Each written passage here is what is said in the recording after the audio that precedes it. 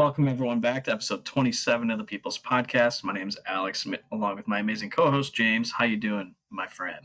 I'm doing pretty good. I'm ready to talk some wrestling. Get another great episode out there for the people. We got Oh a yeah, good we amount got to plenty, cover. Two plenty on the pay-per-views. docket today. A couple pay-per-views happened recently this past weekend. We'll play Guess the Wrestler, obviously. We'll talk about the wrestling world and what's going on because there's been a lot going on lately. Do some blind rankings and we'll get the hell out of here. How's it sound? Sounds good to me. Wonderful. Well, we might as well just get right into it. Two pay-per-views happen on Saturday. Big day for wrestling fans. So we'll just start off with the first one that happened.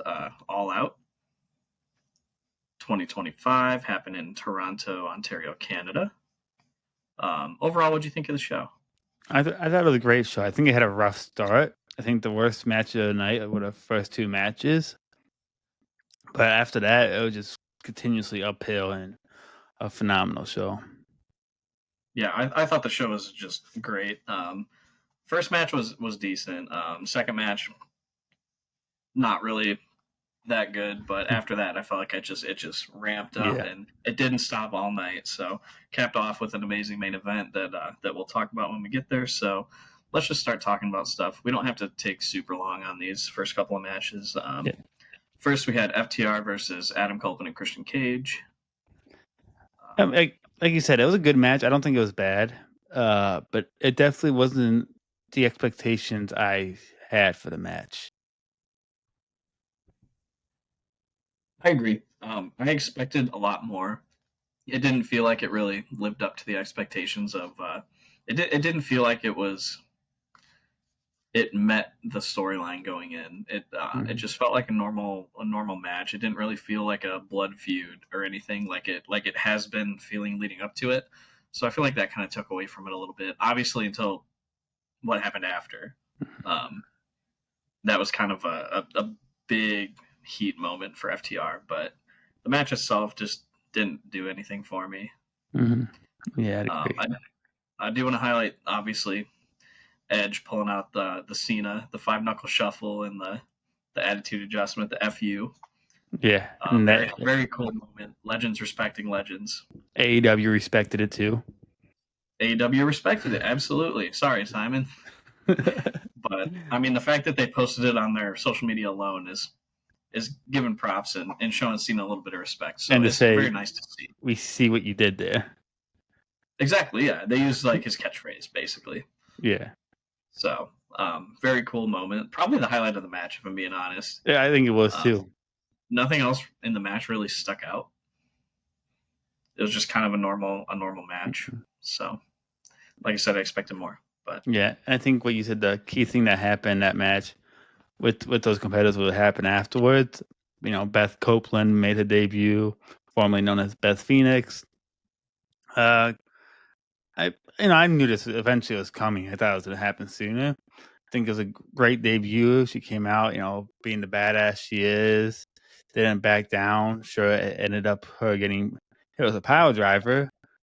But I think it's going to lead to another FTR versus Edge and Christian match to be a much better match. Yeah, I'm assuming there will be some sort of stipulation attached to it the next time. Mm-hmm. So that'll kind of ramp it up a little bit. Ramp up the heat a little bit. So, yeah. Mm-hmm. Yeah. Moving on, we got the return of my guy, Eddie Kingston. I know you don't like him for some reason. Not that I don't like him. I'm not all hyped about him like people are. Nah, you hate him. But return of Eddie Kingston. It was so wonderful hearing that music again and seeing Eddie come out in a Claudio Sucks Eggs shirt. That was awesome. Absolutely funny. That was the best part of the match for me. That popped me so much. Yeah. Yep. Same. Nothing of note in the match at all. No. So I don't even think we need to talk about it. It was exactly what I expected. It was an Eddie Kingston and Big Bill match. Yeah. So I'm sure we'll get Eddie and Mox at some point, and that's going to be real good. I'm looking forward to that. Whatever Eddie does next. So moving on to where the show really starts to hit for me. Mark Briscoe versus MJF in a tables and tacks match. Dude, that match is nuts. Like, what I expected out of a tables and tax match, I thought it was just gonna be a tables match, just with thumbtacks on it. That's really kind of just what I thought. So when he just pulls out 2 bags and just dumps them over the ring of thumbtacks, I'm like, "Oh shit, this is not what I thought this was. This is about to be insane." He had 4 buckets full of thumbtacks. Mhm. It was bonkers.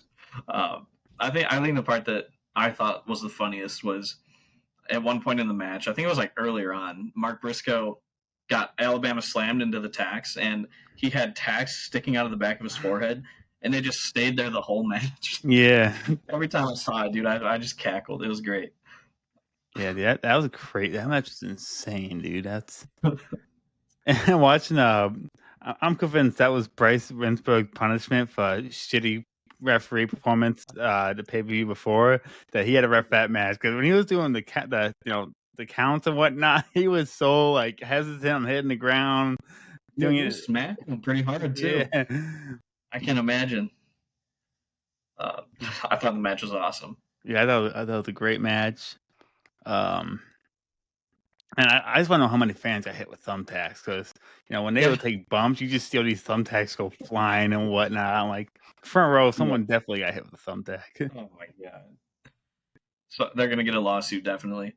Actually, with AEW's, they're 100% safe. Because they in a long ass little introduction when you go to events Yeah, I saying know. if something flies in the crowd, it sucks to suck.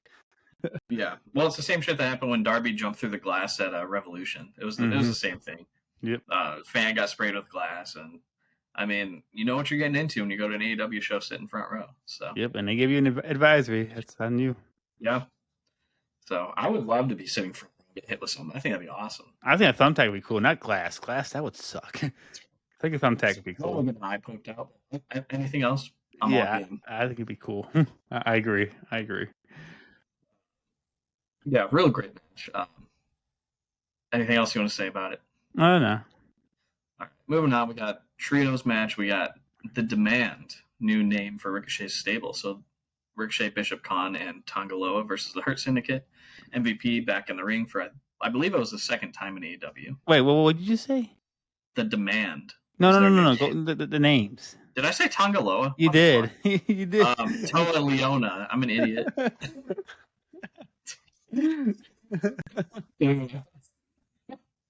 I'm an idiot. Tongaloa. Yeah. uh, Give me some odds. I mean, their names are similar, okay? mhm. Toa Leona, Tongaloa. It's TL. Yeah, I know what you meant. I'm like, I don't think he caught what he just did. No. Like, go So ahead. Toa Leona. I got my mind on the freaking bloodline, apparently. But yeah, I thought the match was fine. I didn't think it was anything special. Yeah, I was about to say that was a forgettable match for me. I honestly couldn't. Yeah. I remember one thing that happened in that match. Yeah, I think, I don't know. That didn't even happen in the match. I was thinking of when MVP attacked Ricochet and knocked him silly and threw him up against the barricade, but that was on Yeah. Dynamite last week. So yeah, nothing special for me. So I'm not even gonna Yeah. talk about it. Next we got TBS Championship match. Mercedes Monet defended against Riho. The return of Riho in an AEW ring, which is great. Mm-hmm.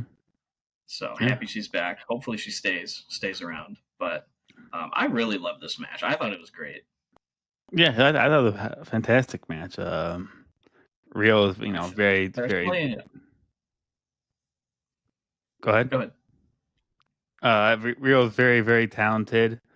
Mercedes is all right, and I think they put on a great. They put on a great match. I was a big fan of this match. I think honestly, like maybe outside of the Chris Statlander and uh, Athena matches, this might be Mercedes' best match in AEW. I thought it was that good. Oh, all right, back on.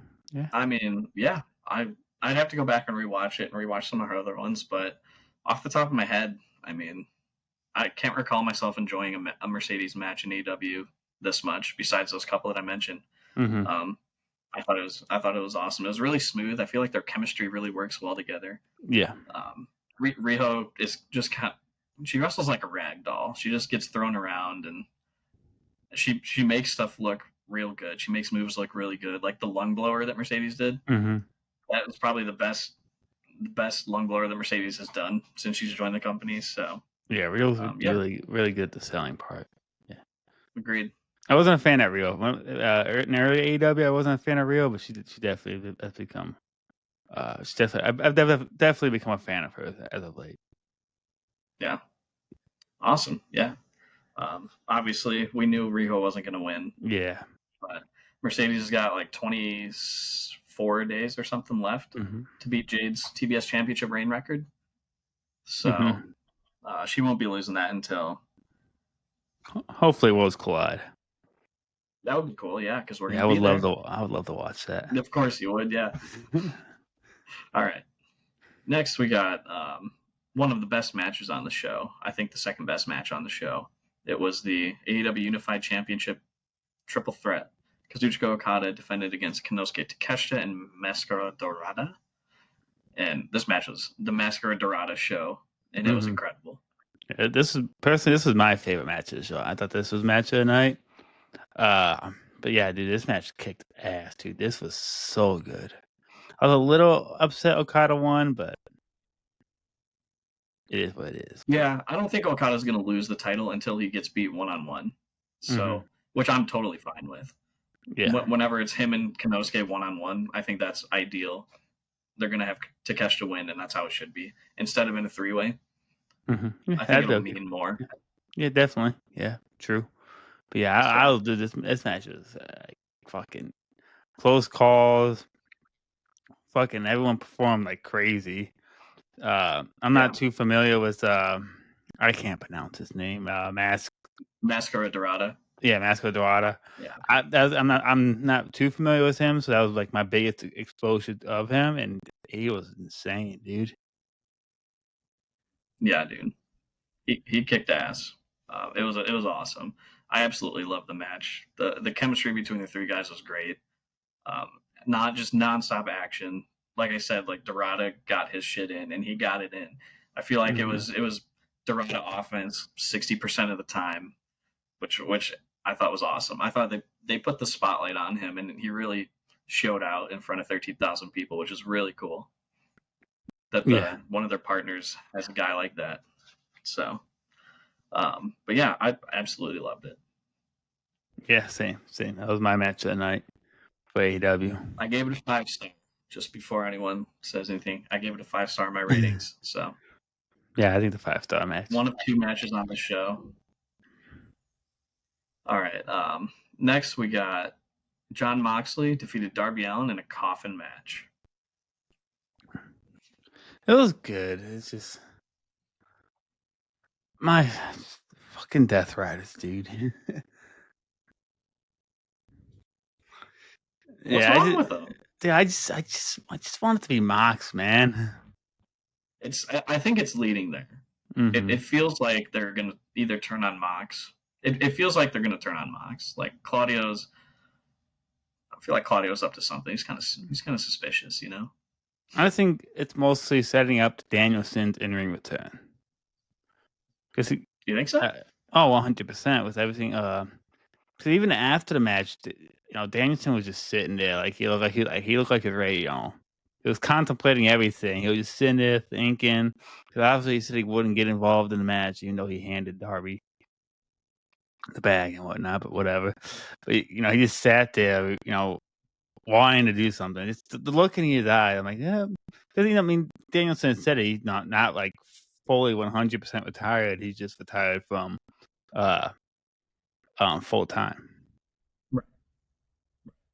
I mean, yeah, he has said in recent interviews that his neck is not doing well, Oh, true. and that he is content if like he never wrestles again. Like he's done everything that he's wanted to, and if he never wrestles again, then he's happy. Mm-hmm. I do think eventually we'll see Danielson in a ring again, but those comments make me think like it's not a guarantee. I don't think it's a guarantee. Those have been recent interviews, and Danielson's no to lie. Yeah, yeah.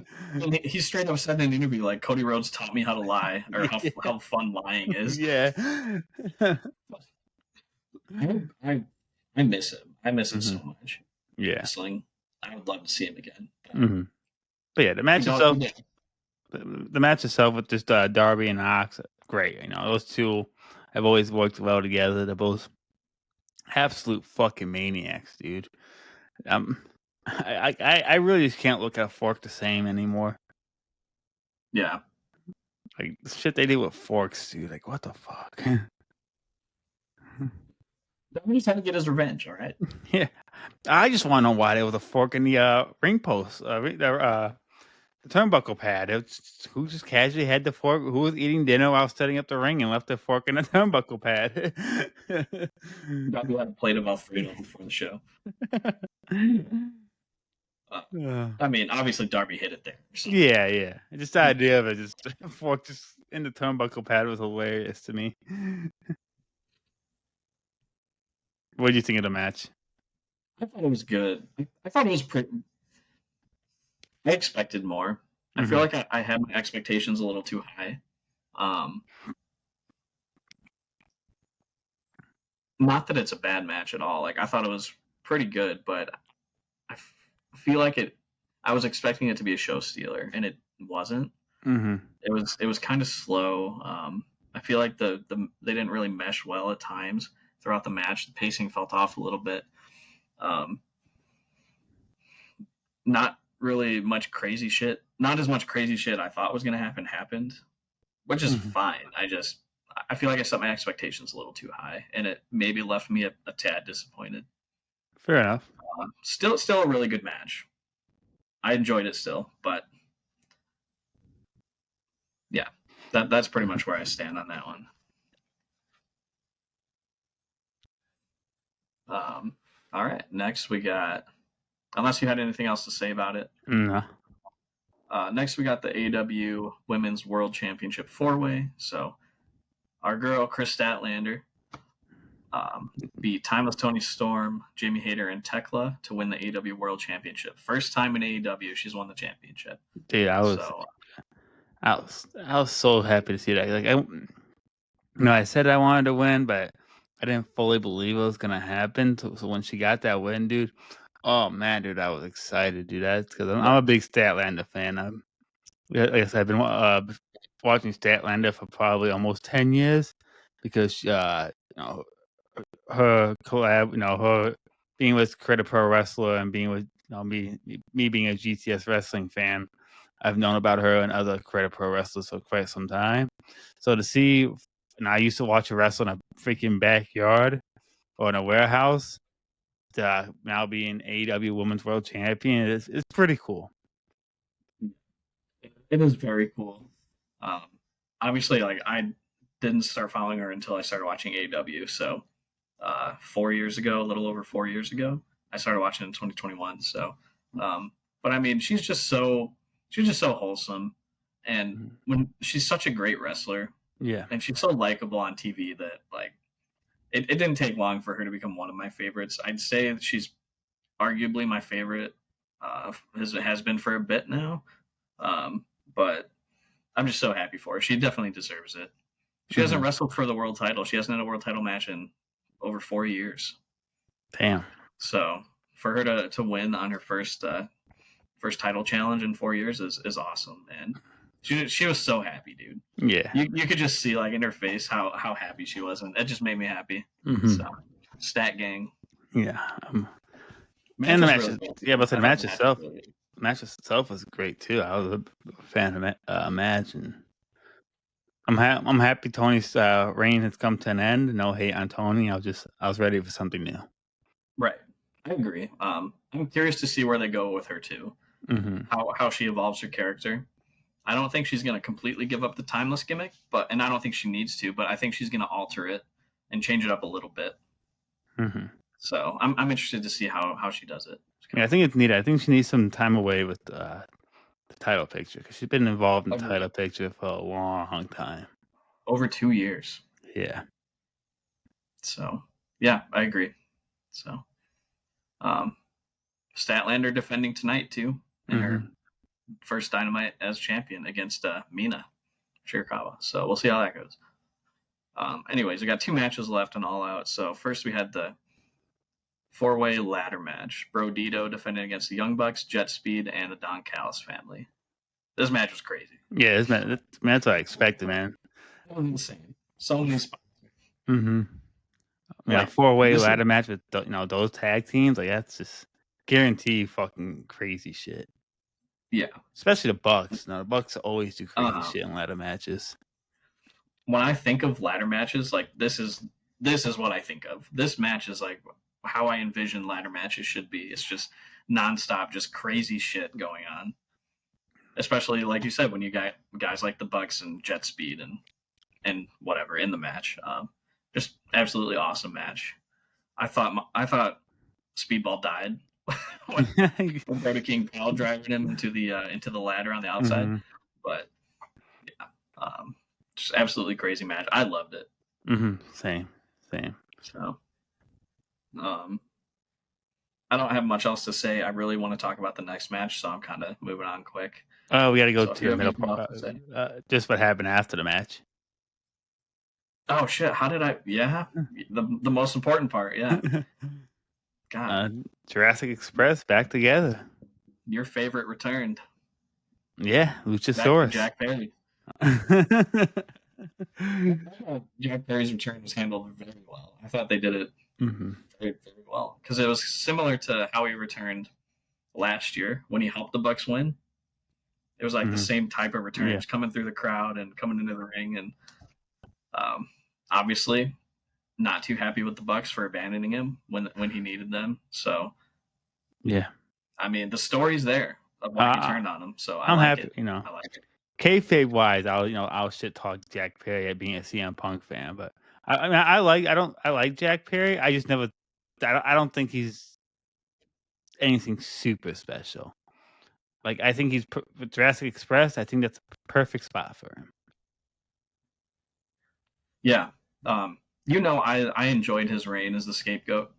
Mm-hmm. I thought he did good. I thought his promo work was getting so much better. And it was he was actually like developing as a character. Mm-hmm. Um, That's so what. to see him, Continue. when he went away, after he lost the title, when he went away for a while, I was kind of like, it's kind of a bummer because he was progressing so well, in my opinion, both as a performer in the ring and as a promo guy. So I kind of hated seeing that sudden like halting of his um, progress, but whatever, it happens. It's wrestling. That's what I'm kind of interested about. Like, obviously, Jurassic Express is back together, but for me, it's hard to envision the Jurassic Express how it was before. Like, I really just can't envision Jack Perry just sitting on Luchasaurus' shoulders anymore. Yeah, yeah. I mean, I think it's going to be interesting. I was kind of hoping we would get like a heel Jurassic Express. Mm-hmm. I think that could have been fun, but obviously that's not a thing Yeah, anymore. no, they're way They're too over. 100% face. I mean, Yeah. with the crowd reaction, it was insane. The amount of the loudness was crazy. Mm-hmm. 13,000 people singing Tarzan Boy in Toronto. It was such a great sight to see, though. Like, it made me so happy. Yeah, especially with Luchasaurus with the health problems he had. He was, a year ago he was in a really, really bad situation. So to see him fight back and get back, to it, Right. it's good. It's good to see. How amazing would it have been, though, um, if Luchasaurus didn't come back for Forbidden Door, and this would have been his return? Oh, I think that'd been so much better. Yeah. Mm-hmm. It would have been fantastic Yeah. because I mean, you still could have had the vignettes playing with Jack in like the laboratory, and it didn't have to show him. But then when the time would have finally come, he would have sat up for the first time and roared, and Mm-hmm. that would have been amazing. But I do have to say, I called that the first vignette with uh Luchasaurus coming back. I just noticed the black jacket from the doctor, and I was like, "That's Jack Perry." At first, I thought I was looking too much into it. I'm like, maybe I'm just crazy and just reaching here, but nope. Absolutely, you called it. But yeah, no, that return was done beautifully, and the Mhm. reunion was fantastic, and Yeah. just adds to a tag division that's gotten so much better this year. Mhm. After struggling for a few years, it feels like tag team wrestling in AEW is back, Yeah. and it's Yeah. so refreshing to see. I love it. Yeah, like I said, I'm just interested where they go 'cause maybe they go back to old ways, but I think Jack Perry's got to shave his beard. It just to me it would look weird, 'cause, he looks so much more different with that beard. He looks more like he looks more grown. Yeah, So to me, seeing him going like this on a dinosaur's shoulders, it just looks so weird. I mean, I'm all for it. If I they don't do it, think they I don't need to care. do that. You know what I'm saying? I just Yeah, that's what I'm interested. I'm interested in what's going to be different. 'Cause Jack Perry's a lot different now.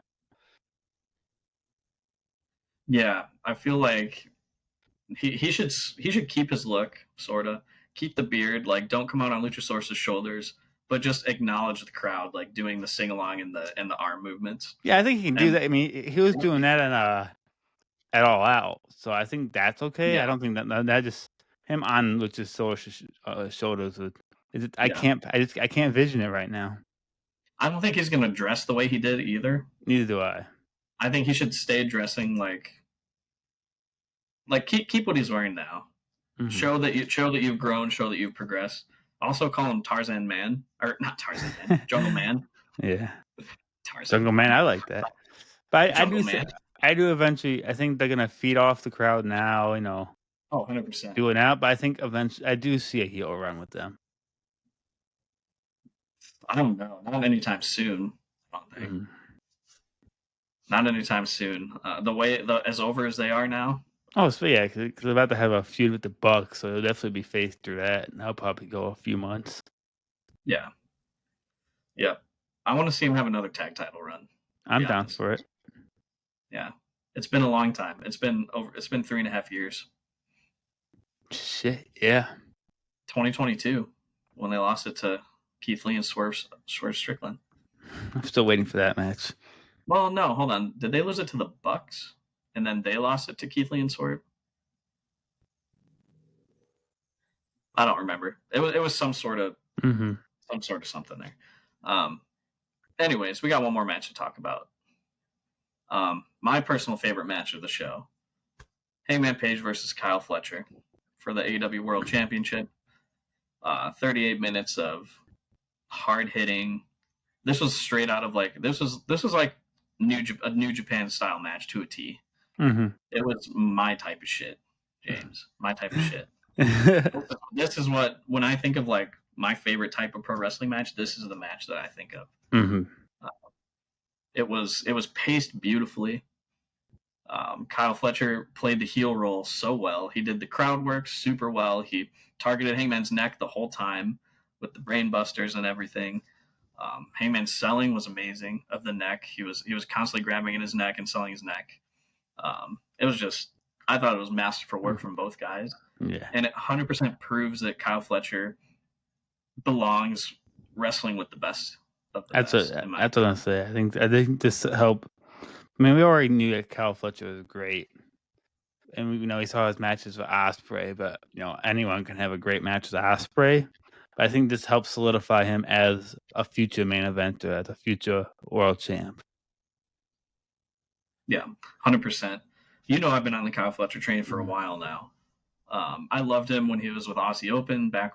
I think I first discovered him in 2022, so not like Mhm. super long ago. But when they came over with Osprey as a part of United Empire, Yeah, that's like the first experience that I had with Kyle same. Fletcher and Aussie Open. And from that moment, I was like, "Oh, dude, this guy's got it. Like, he's so Hmm. good." And I Yeah, initially I wanted them to be have a dominant tag team run in AEW, but obviously Mark Davis injuries and all that, and Kyle Fletcher yeah. like beginning of last year started excelling in one-on-one matches, and I was like, yeah, this guy's got it. Hmm. He's going to be a world champion, and the sooner the better, in my opinion. I think he's ready. Yeah, I He's do. I do too. But I just think there's too much in his way right now. I think Adam Page is gonna have a decent reign. I think MJF becoming world champion again is inedible. I think he'd be the next person champ. So I think it's gonna happen. It's just probably for not maybe another year ish, Yeah. which is fine. Oh I yeah, 100%. And give him a that's great fine. TNT title run. I think the TNT title needs a great run. Yeah. I honestly think 100%. I think the TNT title needs him more than he needs the TNT title. As crazy as that sounds. Yeah. I'm with you. I agree with that. If there's anybody that can make the TNT title feel important, I think it's Kyle Fletcher. Since Mm-hmm. I mean Osprey's out, Omega's out.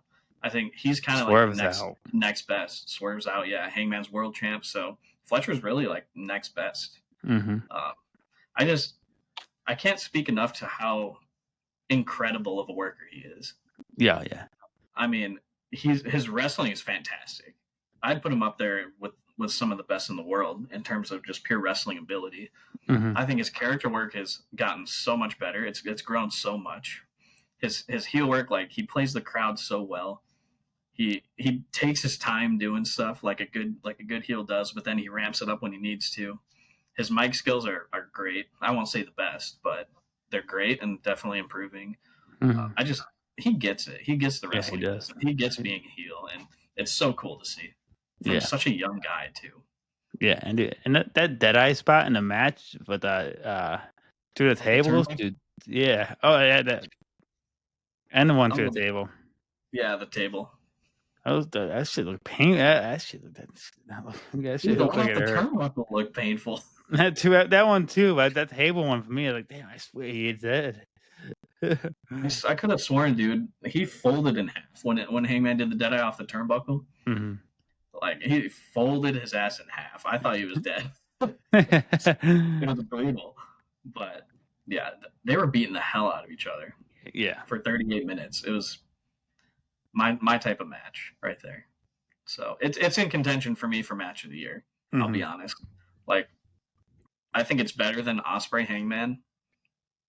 I'd have Ooh, to go back really? and watch them both. I'd have to watch them both back to back because I haven't seen Mhm. Osprey Hangman in a couple months. But just off of first impression, yeah, I think it's better than Osprey and Hangman. All right. But I love the touches too of Fletcher pulling out Osprey's moves and Mhm. Hangman Swerve and Yeah. Kenny moves. That was such a cool touch. Just everything about this match I loved. I can't stop talking about it. It's now what 5 days later, and I'm still over the moon about it. But for the sake of time, we can move on. What would you give the show total show a rating out of 10? I'll give it 8.8 and 9ish. High B, Okay, yeah, low A. that's pretty. Yeah, that's a great. I'd say probably low nines. It definitely was a rebound from Forbidden Door. I feel like it Yeah, rebounded definitely. very well. So I'd say like a 9.1, maybe Mhm. 9.1, 9.2. But yeah, I thought it was a great show. I really enjoyed the show. Mhm. So that's it for AEW All Out 2025. If you want to move on, if you want to take the reins here for Yeah, I think for WrestlePalooza, WrestlePalooza, let me pull out the card it really is quick. 6:45.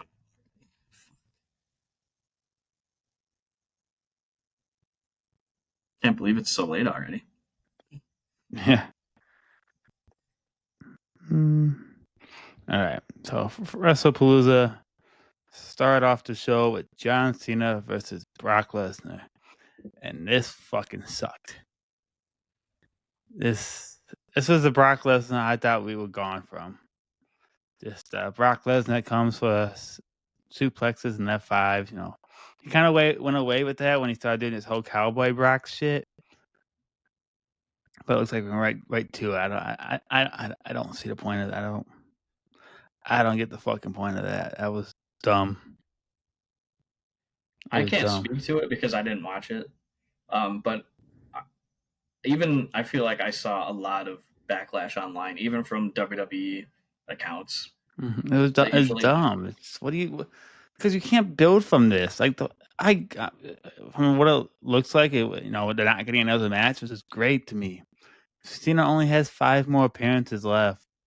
I don't want to see another fucking Brock versus Cena match. I didn't want to see it this time to begin with.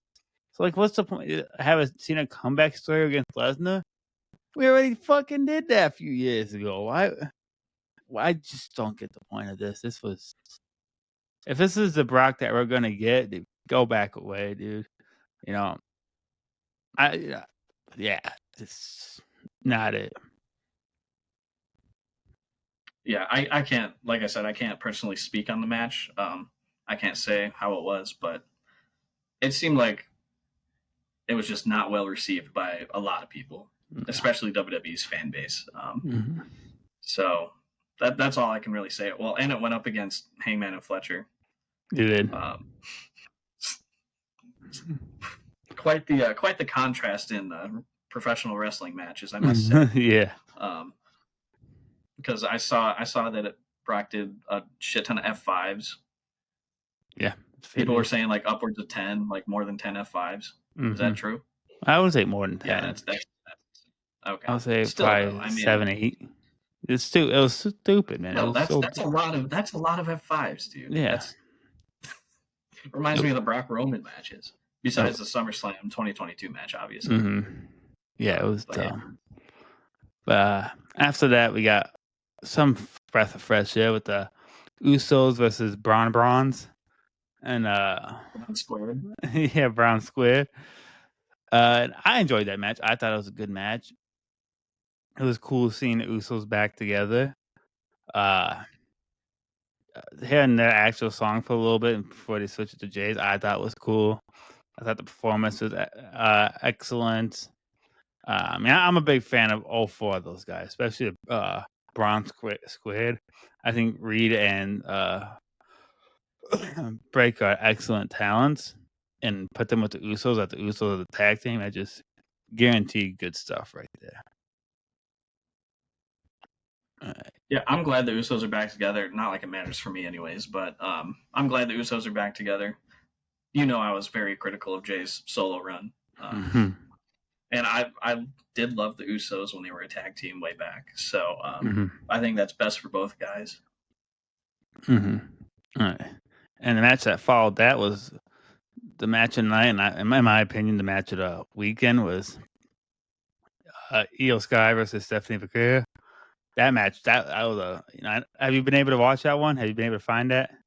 Haven't been able to find it yet. I've been trying to, but Mhm. I mean, the only people I know that have the ESPN subscription, it's like their families, so Yeah. they don't won't give me the info. So Mhm. haven't been able to find it on streaming sites, but I do want to watch that match just because I love Io. She's my favorite WWE women's wrestler, and Vicare's up there. Yeah. So I do want to watch that match. I'll find it eventually, but Yeah. Those two ladies, they kicked each other's ass. Very physical, technical. I think that was probably the second longest match of the night. I don't have the times pulled up here. But yeah, I I was can tell you. Keep going. uh and Vaquer, coming out on top, which I was pretty happy about. Eos had her title reign, so I think it was cool to give someone new, give Vaquer that chance. Her dad was there, so that gives that good feel good moment. And Io, I mean, this adds to my argument. Io not only being one of the best women wrestlers out there, but one of just the straight up best wrestlers out there. I think all her matches are must see. Always make them must see, and yeah, I'm a huge EO fan. Yeah, I mean, she's my favorite women WWE women's wrestler for a reason. She's like one of the very few I'll seek out matches to watch. I think her match with Rhea and Bianca at WrestleMania is a top 2 or 3 women's match of the year. So she's that good. She's incredible, Mhm. and it seems like she's one of the few she's one of the few wrestlers in WWE that like doesn't really she's not really restricted. She just lets loose and wrestles like she did in Mhm. Stardom, which I love. So I'm always gonna love Io. But Mhm. yes, it was the second longest match of the show How long at was 20 it? minutes and 11. Okay, yeah. All right. And then the following match, we got the mixed tag team match of CM Punk and AJ Lee versus Seth Rollins and Becky Lynch. That match was honestly it was better than I expected. I didn't know how to go into the match thinking how, as we discussed, how's AJ Lee going to be after 10 years? How's AJ Lee going to be in this new environment of women wrestlers? And holy shit, AJ Lee still got it. She definitely still has the potential, hanging with the top women nowadays. Uh, becoming a champion. She was moving flow great. Uh, bringing back some old moves, doing new ones. She could work on her punches. Those are pretty bad. But other than that, uh, she did Mostly the absolutely. clips that I've seen. Yeah, the little the diva slaps and whatnot. Yeah, no, that other than that, she was fantastic. Seth and Punk obviously, they work great together. I like that it wasn't your typical mixed tag match where a man can't touch a female. I mean, it wasn't much altercations, but Becky kept on, slapping around on CM Punk, and eventually he tossed her in the sharpshooter. Seth, tripped up AJ. So yeah, I thought it was a great match. Uh, I th- I'm excited to see where AJ goes from here. It seems like they're gonna move on from the Punk stuff because Seth stuff because Seth now has his eyes on Cody. But yeah, I enjoyed the match. I was a really big fan of this match. It was the longest match of the night. It was like 29 minutes and some odd seconds, I believe. Yeah, 29:18 to be exact, Mhm. according to Wikipedia. I could Yeah, be wrong. but yeah, I love that match. Yeah, Um, good. I'm glad you enjoyed it. Like I said, the, all I've seen was clips online, so mhm. I'm The- not. I'm not. It's not fair for me to judge yeah, the fair match. enough. Obviously, I will never judge a match without watching it myself. So, hmm The but one, I try to defend Becky a lot, but Becky has had two bad performances. Last one was against Nikki Bella, so I don't really hold that against her. But like, good gosh almighty, when AJ was trying to do the Black Widows, AJ was having to, she had to struggle to get it in. At first I was like, is that a little ring rust tip? I'm looking like, no, Becky's just not helping her out at all. Because she did to Seth, and Seth is much taller than Becky, and it was just fine. damn that Becky. But yeah. Yeah, as soon as because I watched the Nikki Bella match, and I don't know why I watched that match. But everything I was coming around to her this year with her stuff with Lyra, Valkyria, or Lyra, Mhm. whatever. Because I like Lyra, so I like those matches, and I was finally starting to come around to Becky, and she puts up that performance against Nikki. Like it wasn't even it wasn't even like because she was wrestling Nikki, she just didn't look very good. Regardless, the table spot with her banging her hands off the table, it looked nothing. It looked horrible. She just didn't really look good. Regardless, but I don't know. I don't hate Becky. I don't like Becky necessarily. It's just kind of like a meh. Mhm. But yeah, and to close Go ahead. to close out the show was Cody Rhodes versus Drew McIntyre for the WWE Championship. I thought it was a good match. Nothing too special. I was a little bummed out Cody winning. I was really hoping Drew would win. I think Drew deserves a decent good title run. And yeah, I don't. Like I said, the match is good. They definitely have stuff to feed off with because Drew, kind of got fucked over in different situations with the ref getting knocked, being outside the ring and whatnot. But overall, I thought it was a good match. Cody and Drew, obviously, both great wrestlers, and yeah, I was a fan of it. Yeah, good. Glad to hear. I would have Mhm. liked Drew to win. I picked Drew in our freaking Dude, you kicked my predictions ass in too. the votes, in the Yeah. predictions. I I, got some I work to thought, do. I thought, I mean, I thought there was a reason that Drew and Cody were main eventing. I thought something was going to happen, so I picked Drew because I thought like it's Drew's time. But jokes on me. I don't. I always get what I want. But yeah, overall, I'd give the show. I got 7 out of 10. Yeah, it's just, to me, there's a lot more they need to step up from, like, especially at the $30 price market. To me, it's not much of a different price-wise because I was paying for ESPN Plus, which is $15 long, so I was paying for hockey.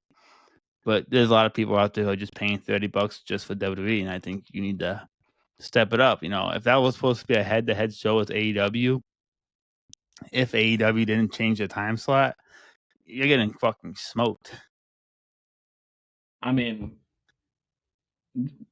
either way, I feel like Oh AW yeah, put on a yeah. fantastic Either show. way, but if you want to go head to head with someone, you got to bring it. You know, because say they do it again in the future. Say they did, say it happened, they went head to head, and they want it happens again in the future. That's your time to, show me why I should watch yours over this. But yeah, it was just even Right. ESPN gave the show a bad grade, dude. I mean, I wouldn't call C. I'd call it just mid. Mid, But yeah, I I would mean, say yeah, yeah, right, yeah. for a show that was hyped up to be like they said themselves like we want this first show to be like WrestleMania. Like they were Mhm. hyping it up so much. And it just doesn't seem like it was well received by a lot of people. Even WWE fans, WWE only fans weren't too happy with it. So it just feels like, why? Yeah, something's got to Well, change.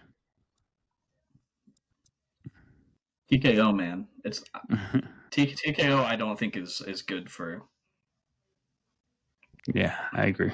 We have talked so much shit about TKO already Yeah. that like we're just regurgitating information by now. But I don't think TKO belongs in the wrestling industry because they're trying. It feels like they're trying to make it into the what the UFC is, and that's just not what it is. Mm. Wrestling is not UFC. It's never going to be like the UFC. Just please stop trying to make it.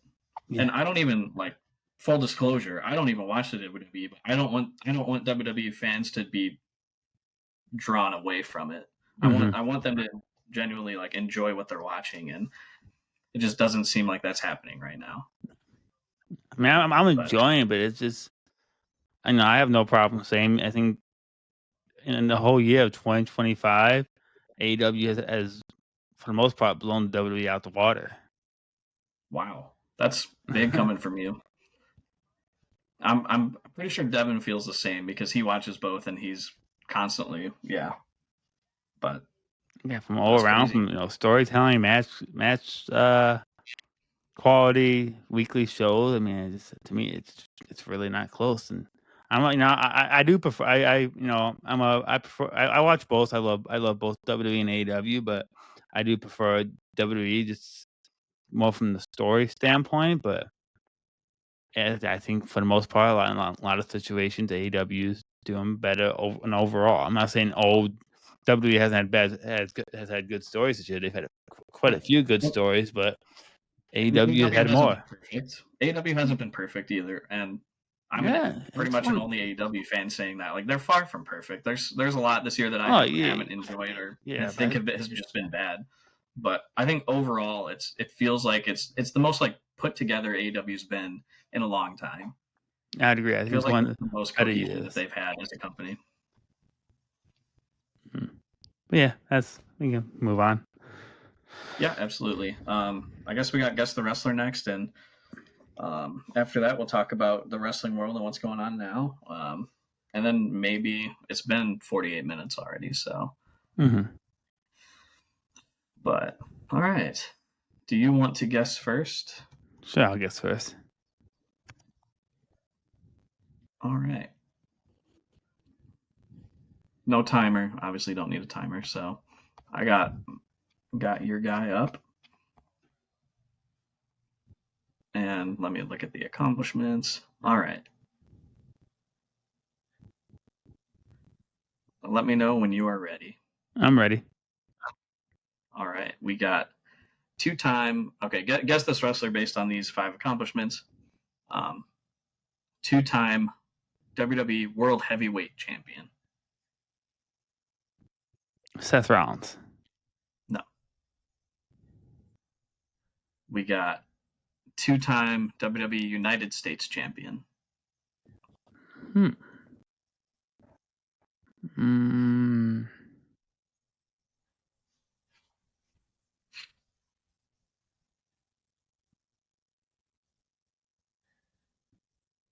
Dolph Ziggler? No fucking way. Let's go! No Yeah. way, dude. After 2 guesses, are you kidding me? Oh, yeah, let's That's go. insane. I was gonna throw a loop in too. I was gonna be like 1-time NXT champion, 1-time New Japan Global Heavyweight champion. I was sure you weren't gonna get it. God, dude. All right, yeah. That's unfortunate. I damn near doubled down on Seth Rollins because he said 2-time US champ. Like I still fit Seth. I almost for a second I almost said his name right away after knowledge. I'm like that would have still been wrong. That's insane, dude. That's insane. All right, but let me know when you're ready. I'm ready. What do you got for me? All right, 7-time tag team champion in WWE, all tag titles in WWE. Big Show. No. I don't know how many tag titles he's won, but I know he's won a decent amount. So yeah. I mean, I don't know like exact numbers like you do, so I'm just kind of throwing guesses at a wall. 2-time Intercontinental champion. 2-time Intercontinental champion. Big E Langston. No. 3-time TNT champion. Christian Cage. No. 3-time TNT champion. That's been in WWE. 1-time IWGP United States champion.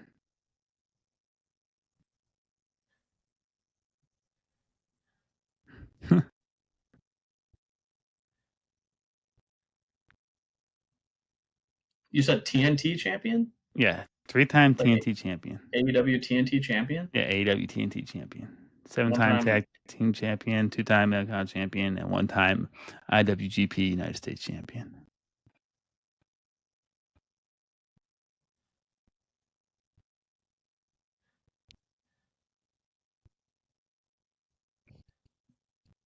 I feel like not a lot of AEW people have won the IWGP US Championship. You said IWGP United States champion? I know this isn't right, but I'm just going to say Jon Moxley. I know he hasn't won the TNT title. No. And your final your final option, 2-time WWE champion. So just to read them off.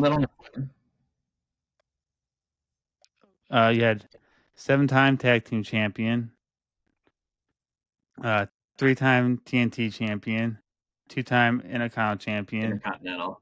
1-time IWGP champion, United States champion, and 2-time WWE champion.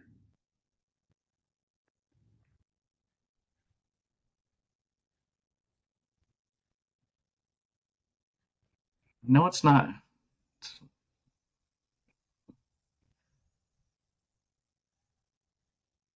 I'm trying to think of just multi-time TNT champions because Edge never won the IWGP US Championship.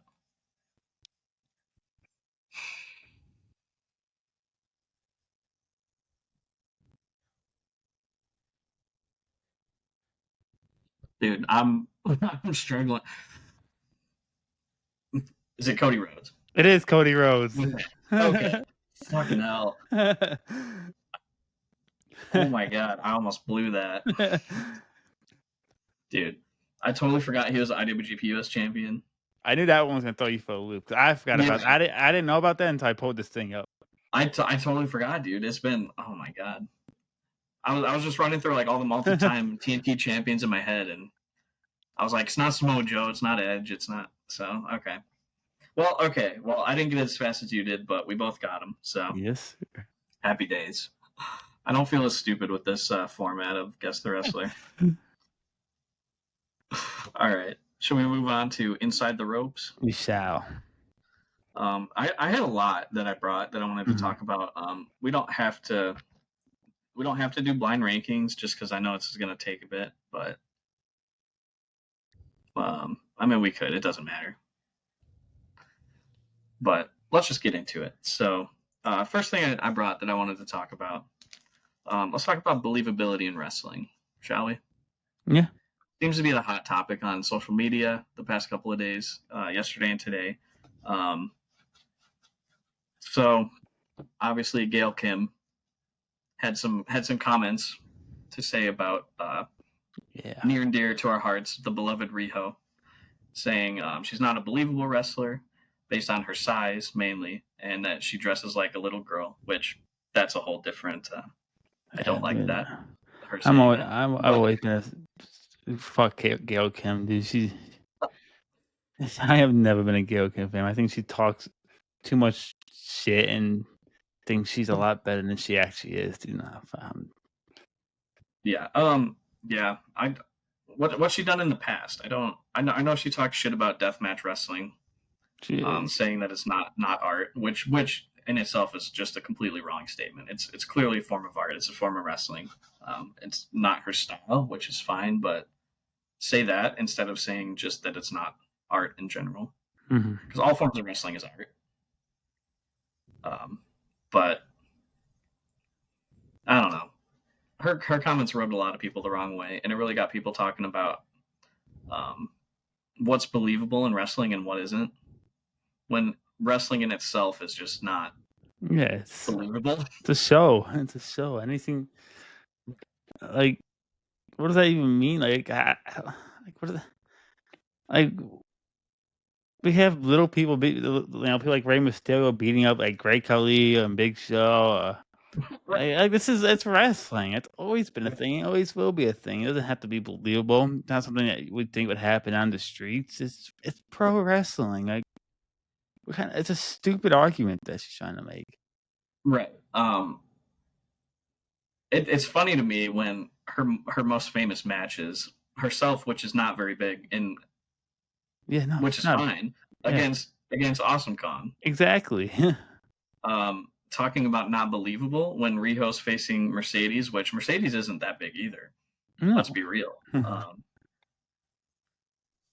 Unless she was mentioning, she might have been referring to Riho wrestling somebody like Nyla Rose or something, but still, it doesn't matter. Don't. If a wrestler is smaller and they wrestle to their size and they use that to their advantage, it literally doesn't matter. Riho uses her speed and agility to get around, especially with the bigger opponents. And I mean, I don't know. It's just weird. It's It's a weird stupid. argument for her to try and make. Yeah, I don't get what she's trying to get at. I don't know what she's trying to prove.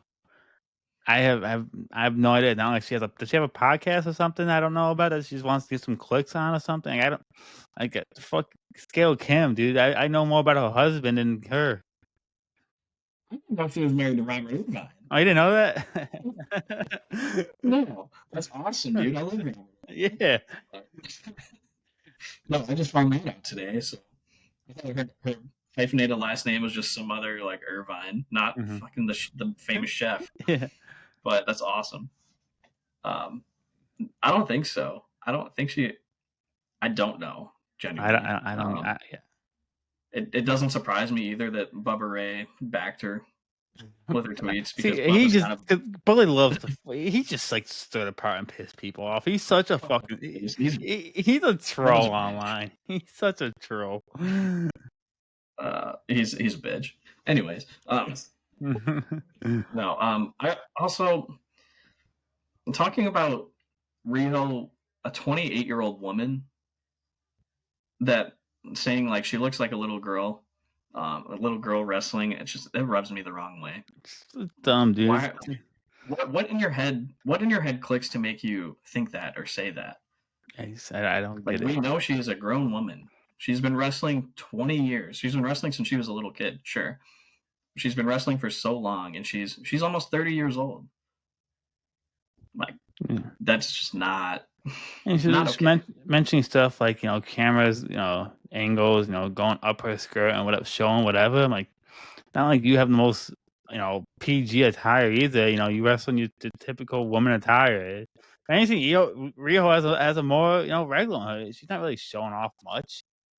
She's not showing off anything. Exactly. It's a normal like Joshi women's wrestler's attire that she's Yeah. wearing. It's none of I her. would hate to see Gail Kim sit through a total or a total Joshi Pro or something show.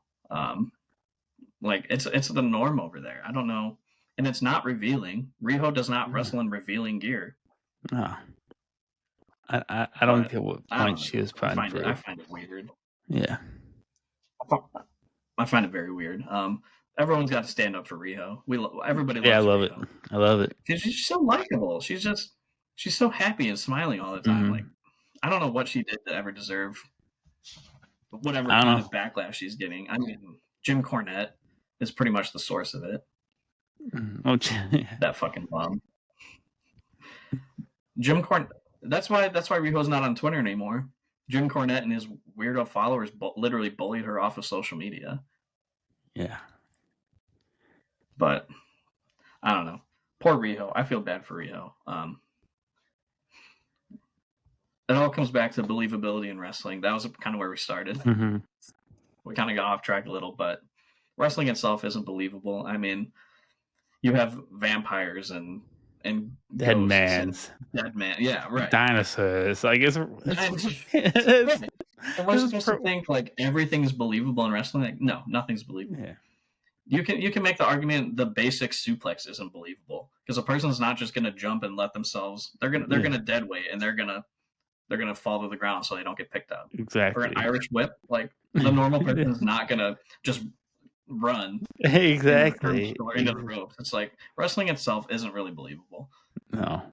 but we love it though. We love And I wrestling. think as a professional wrestler to say that, like, as pro wrestling fans, we already get enough hate, from outsiders, of being fake or whatever. Like you're just dragging pro wrestling with something that the only reason that you're relevant and the people to the pro wrestling, yeah, drag on to it. Like what do you?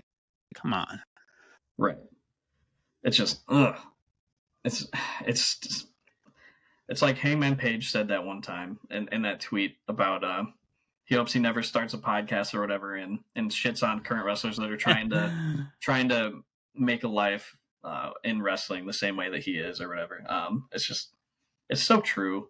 Why do former wrestlers have to just shit on everything nowadays? Like wrestlers just want to do what they love and get paid for it, and they are doing what they love and they're getting paid for it. Especially now with AEW in the picture, people are making real good money in wrestling. Hmm. Like why are we just needlessly shitting on them when they didn't do anything? Yeah. Yeah. I don't know. It rubs me the wrong. I don't like it. It rubs me the wrong way. So we can move on from that. Um, did you want to talk about realism, or do you want to save that maybe for an episode where we have a little more time? Realism. And then we just talked about. Or mainstream, sorry. I Mainstream. think that we can save that. 'Cause I think that's gonna be a big conversation. Yeah, agreed. Agreed. Um, so PWI rankings dropped yesterday. Cody Rhodes coming in at the number one spot. I don't know if I agree, but I think the top 10 spot. I think people can be moved around. I don't think it's terrible. It's tough. Just once you start going past the top 10, it gets a little bit crazy. I'm gonna pull up the rankings here real quick. But I don't know. I obviously PWI is master like rage baiters, so It's also, guarantee like I think, a lot of people. It's kayfabe wise. It's very, yeah, very. It's very ranked off of kayfabe. yeah, 100%. Um,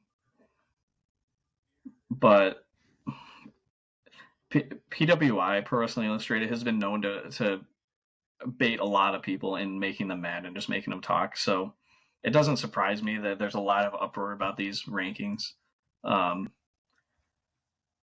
just for a little background, their criteria is win loss record, championships won, quality of competition, feuds, prominence within their promotion, and overall wrestling ability. So it is a lot based in kayfabe.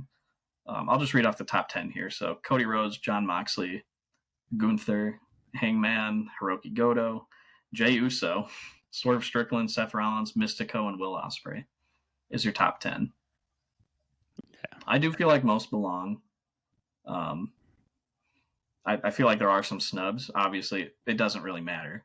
Mm-hmm. It's not our list, but I do feel like some people got left off that shouldn't. Like Zack Sabre Jr. definitely had a top 10 year. in their criteria range of August to July. I mean, he won the G1. He had 2 world title wins. He wrestled in Tokyo Dome main events back to back. So quality of competition was there. I don't know. He had everything that they really want in their criteria, and somehow he was at what, like 13? Mm-hmm. Yeah, 13 behind Joe Hendry. That's great. Joe Hendry was. Yeah.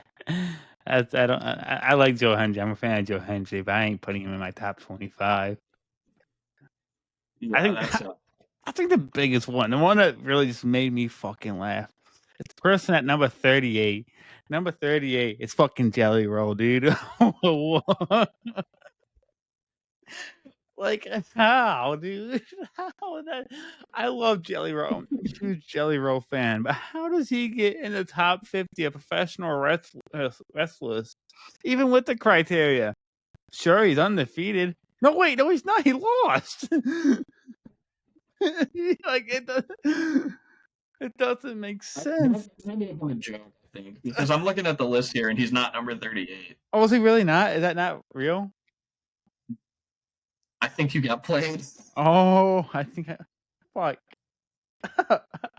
I'm cracking up right now. Dude, I Yeah, got I definitely think somebody photoshopped that. I think, and they got your ass. fuck. That's funny as hell. I talked to so many Number people 38 about was that at Jun work. Saito. Oh fuck. Oh my god. Oh no. That's a rabbit. That is hilarious. Oh my god. Can you imagine though? He Oh, wrestles one match and he doesn't even win, and he gets put in the top 30. oh shit. I feel Holy shit! stupid now. I got. As soon as you said that, I started just cracking up. Like, damn, I think James got played. Um, but oh my god, my cheeks hurt from laughing so much. Um, I want to. I do just want to say, like, people take these rankings way too seriously. Yes. They don't matter for anything. No. It's like you said, they're all in kayfabe. Everyone, if you're so mad about it, make your own list. That's simple as that. I made my own list. You can make your own list. We'll have a TPP Wrestler of the Year, Wrestler top whatever list at the end of the year, end of 2025. I'm looking forward to that. That's going to be fun. But yeah, so overall, whatever. It's just a funny thing. Joe Hendry at 12 just really cracks me up. Man, I got it fucking good, dude. Yeah, that cracks me up. That's hilarious. Oh my god. Moving on. What else do you want to talk about? Anything? We got Cody Rhodes versus Seth Rollins at Crown Jewel coming up. I won't talk too much about it because we'll probably talk about it in the next episode leading up to PLE. I'm all I'm going to say right now. Seth Rollins better win. 100%. I'll deep dive more in that next episode. I just want to say that. He can't go 0-4. There's no way. He just can't. So, I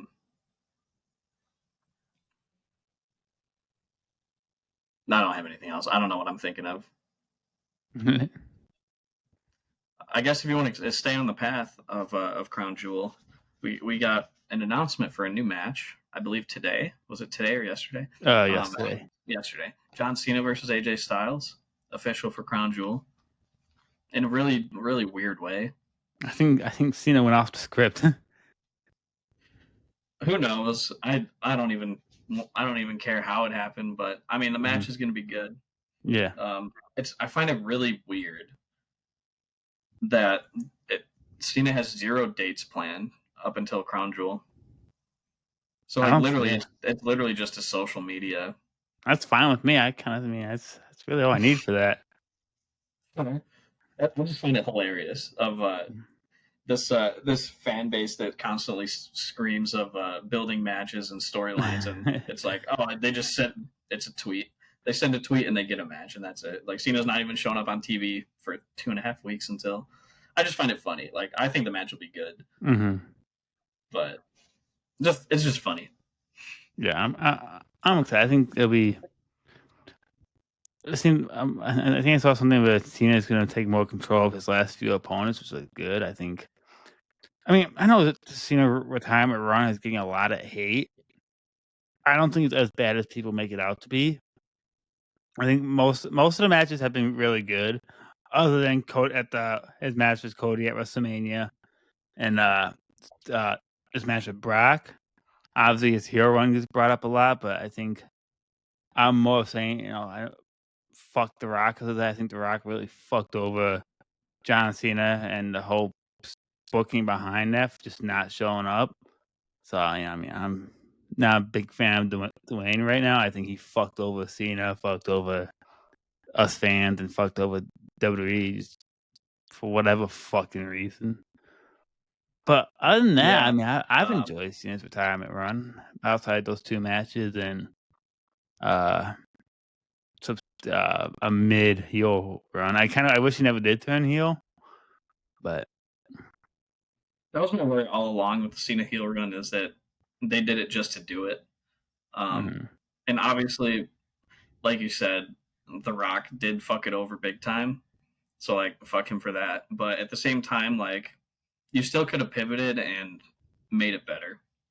You still could have executed well instead of just the basic heel trope of oh your fans turned on me, like I'm just gonna do nothing and do all the opposite of what Cena usually does. I just feel like it was just so poorly executed, regardless if The Rock showed up or not. But that's a conversation for another day. At some point, I do want to sit down and book a dream Cena retirement run. I think that would be fun. Yeah. And like once he retires, do like a long segment and do that. But you know, I enjoyed the Punk match. Other than that, the Cody match at SummerSlam I did enjoy. Those are probably the only two that I really cared for in his run, though. Even though Punk had Obviously, I didn't watch the Brock match, but I have no desire to watch the Brock yeah, match. should be no desire So, to watch at all. but yeah, so yeah. Yeah. AEW post. Anything else you want to talk about WWE? It's kind of your thing. Not that I can think of right now. No. Maybe just stop teasing. I mean, I think I talked about this a million times on the podcast. Just stop teasing the breakup with the Judgment. Oh, there's one thing, and yeah, stop teasing the breakup to the Judgment Day. But what made me think about that? So NXT had the Homecoming show last week, and wrestlers came out to Yeah. those theme songs. What the fuck, man? Why can't we have these theme songs? I've been trying. I've been saying like, okay, maybe they can't use these theme songs because of what happened with CFOS. Maybe they don't have the rights to them. That's all out the window. Like, well, give me my Finn Bella's theme song back. Give me fucking Gargano's theme song back. Like, what are we doing? What's the reasonings? Yeah. Yeah. Agreed.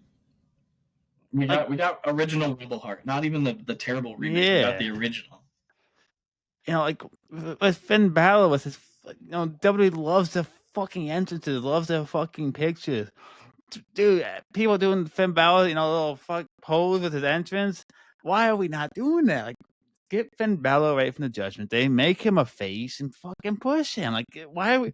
They've been doing this fucking Judgment Day tease breakup, like, I swear, 2 years. Yeah.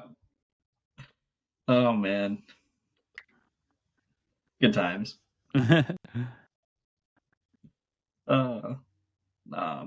I guess one more thing about WWE. The NXT invasion last night happened. Yeah. NXT TNA invasion. I'm excited for it. It piques my interest. Finally seeing Matt Cardona back on WWE TV gets me all types of hyped. Being a big Matt Cardona fan, I think he has some good potential. I know people are hating on it because TNA invaded a developmental brand. Like, fuck that. I think it's perfect spot. I I'm mean, not even hating on it because of that.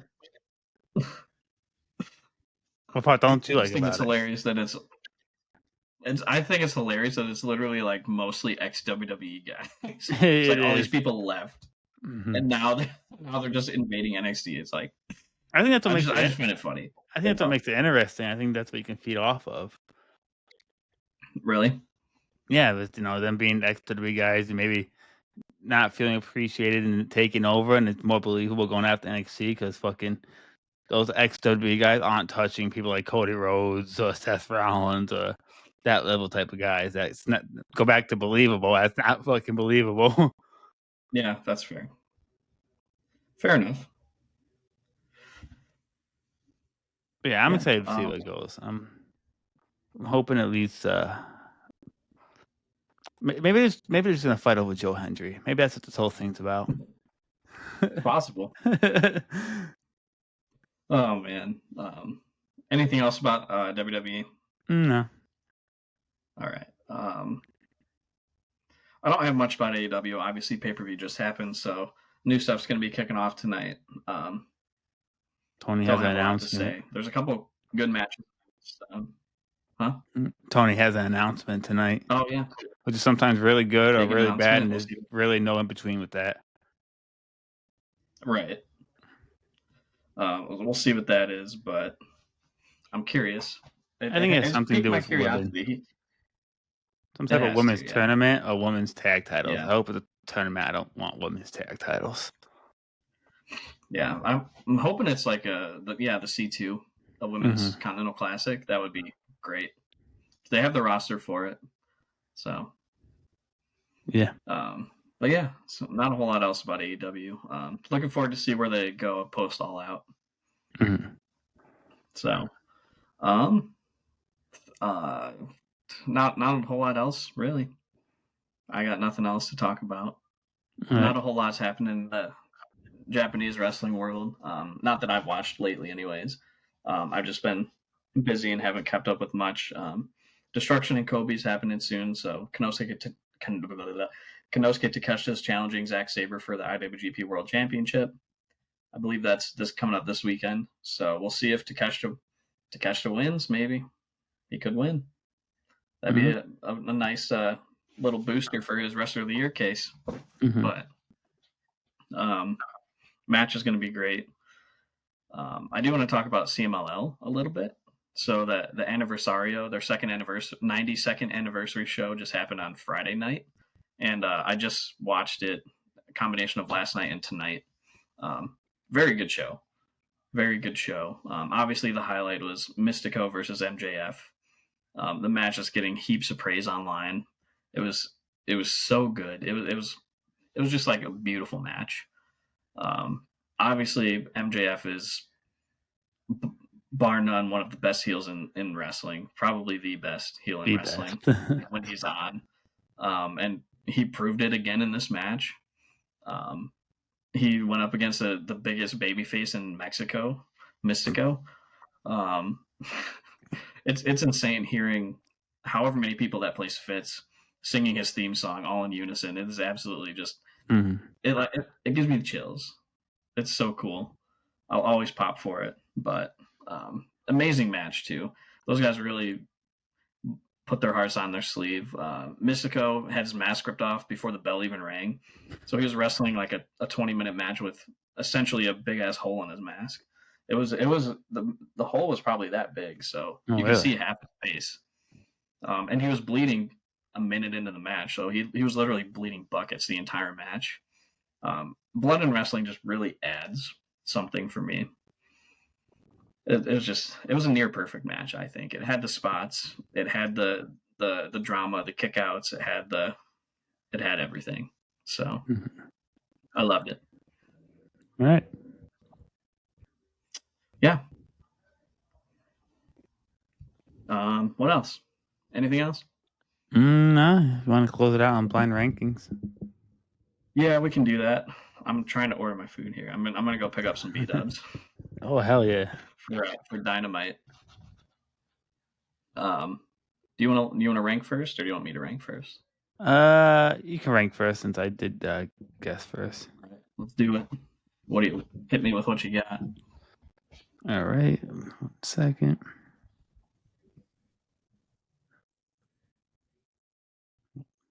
Let me add those names.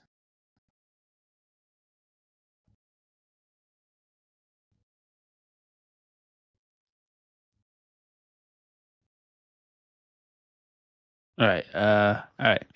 Blind rank these championship designs. Ooh, I like it. I All like right. this one. Your first option, the current AEW Women's Championship. Women's championship? Yeah. That's a good one.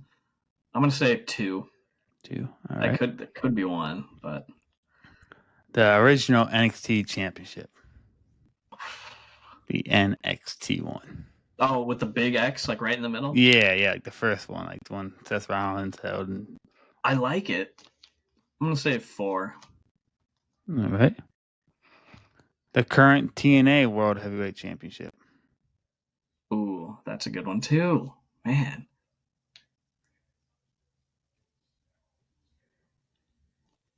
I should have put the NXT at 5. I'm gonna put this at 3.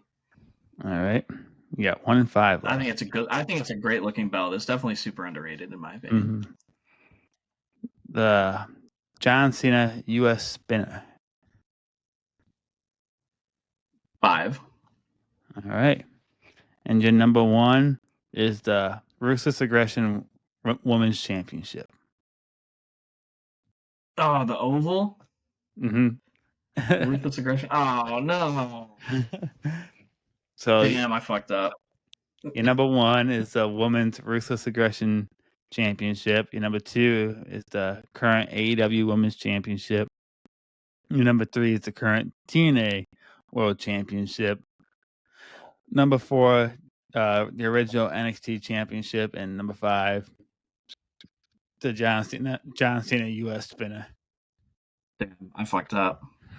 I'm guessing if you'd I put. had, Yeah. if I had to rearrange, I'd put AW Women's title on top, and then TNA, NXT, US Spinner, and Ruthless Aggression Women's. That's a good rank. That's probably how I would rank it too. Damn. All right, your turn. All right, blind rank these 5 wrestling matches. Ooh, okay. Wrestling matches.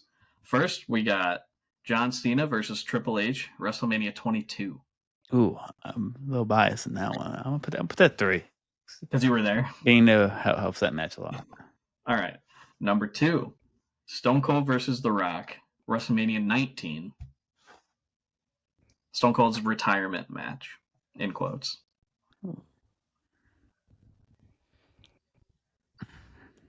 There's a lot of good matches. I'm put that 4. There's a lot of great matches out there that I think you could bring. There's a lot of great matches out there. All right. CM Punk versus The Undertaker, WrestleMania 29.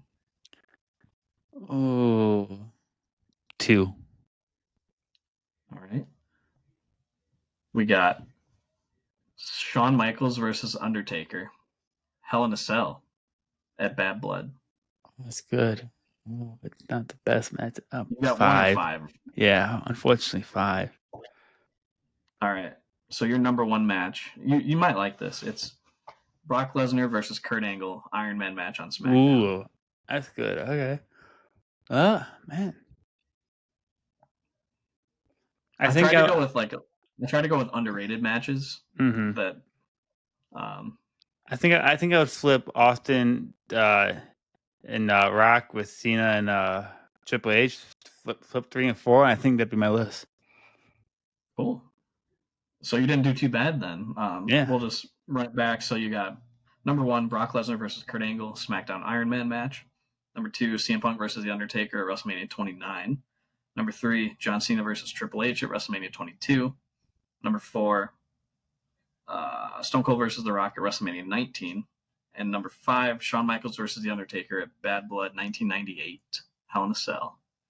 I think that was 98, right? 97, 98. 7. That's when Kane debuted. 97. 97. Okay, whatever. Late 90s. But that's a wrap for the blind rankings. Yep. So you did a lot better job than I did. All right. Well, I guess that'll do it then. I We just got want to check Dynamite to watch. one quick thing before we head out. I want to see if we hit the Yeah, 1,000. absolutely. Positively, my dude. Not yet. Not yet. How close are we? Just 4 away. Damn it. It's okay. We'll get there. We'll be there probably tomorrow. All right. More than likely, we've been in a lot of activity on Especially in TikTok and X. right.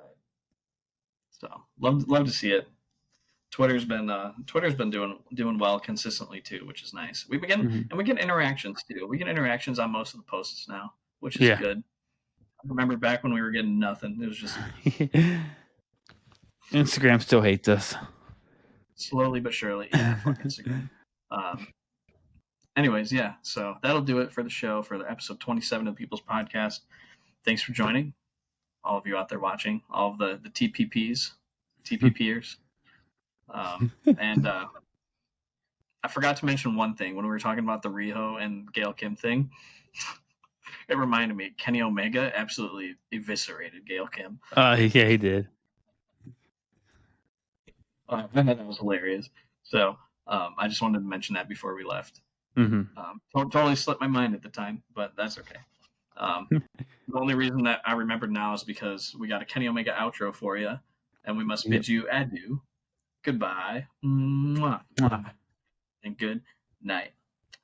Bang.